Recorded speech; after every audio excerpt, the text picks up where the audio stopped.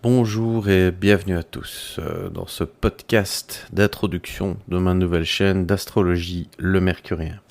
Je me présente, Jean-Philippe Delvaux, j'ai 47 ans, je suis en Belgique et je suis un passionné d'astrologie depuis maintenant 15 ans.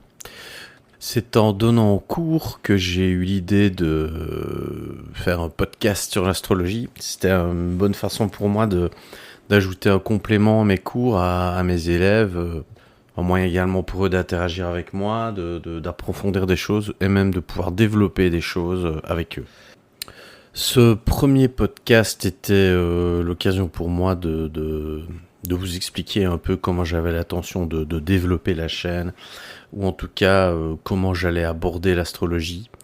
Je commencerai par aborder différents aspects que je trouve intéressants par leur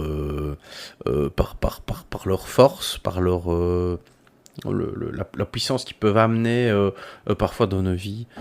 Certains aspects sont incroyables et c'est souvent après qu'on se rend compte de ce qu'ils ont pu de ce qu'ils ont pu donner, hein, en bien comme en mal, malheureusement, mais c'est presque très souvent nécessaire.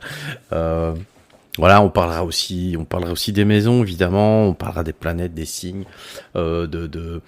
essayer de voir aussi une manière plus holistique l'astrologie pour qu'on la prenne vraiment dans son ensemble et pas juste tel signe donne telle personne, ce que malheureusement on entend souvent.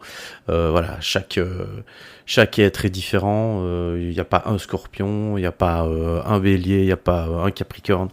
Il y en a des millions et ils sont tous différents parce que chaque thème est différent et c'est ça qu'il faut vraiment essayer de comprendre, surtout pour les débutants.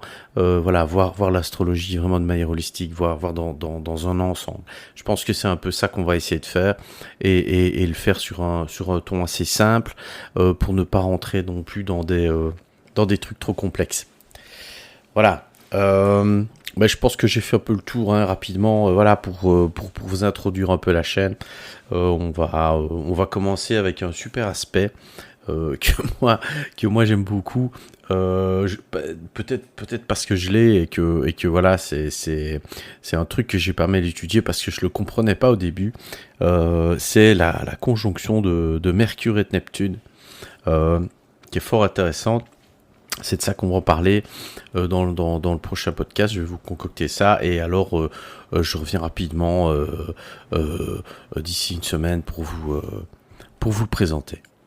D'ici là, et puisque nous sommes le 4 janvier 2025, je vous fais mes meilleurs vœux et j'espère que cette année sera meilleure que 2024. On va pas se mentir, au niveau mondial, c'est pas folichon.